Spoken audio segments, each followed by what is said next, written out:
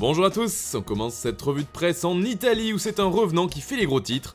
En effet, Alvaro Morata a porté la Juventus ce mardi soir en inscrivant un doublé, les deux seuls buts de la rencontre contre le Dynamo de Kiev en Ligue des Champions. Une jolie performance pour l'attaquant espagnol qui ne manque pas de faire réagir ce mercredi dans la presse. Morata 2, le retour, s'amuse la Gazzetta dello Sport, qui met aussi en avant la victoire de la Lazio contre Dortmund, 3-1. Mais c'est bien le sauveur de la Juventus qui fait la une, comme ici avec le Corriere dello Sport, qui n'y va pas par 4 chemins.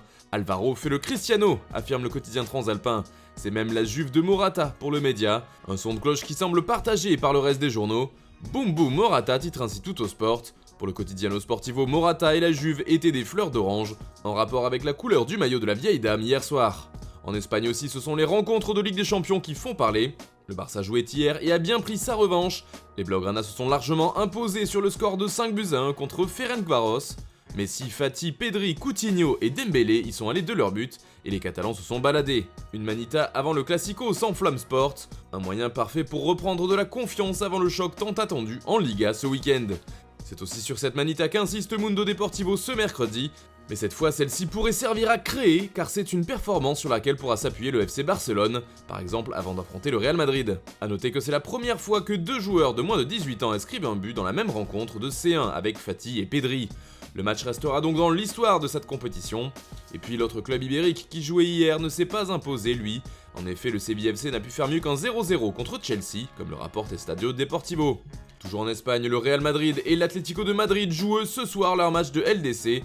Le premier reçoit le Shakhtar mais sans Sergio Ramos, qui n'aurait pas été de trop vu la confiance actuelle dans l'effectif de la Casablanca. Son adversaire, lui, arrive mais avec 8 joueurs absents car positifs au coronavirus.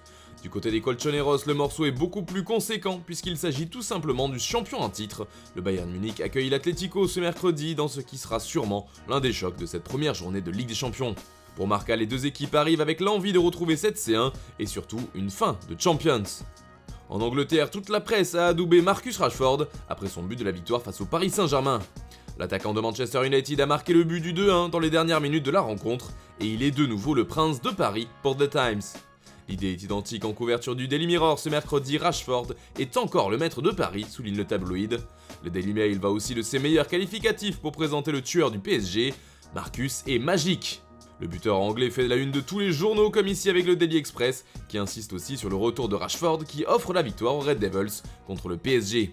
D'ailleurs, le club français est loin d'être couvert d'éloges dans l'Hexagone après une performance bien loin de ce qu'il avait montré durant le Final 8.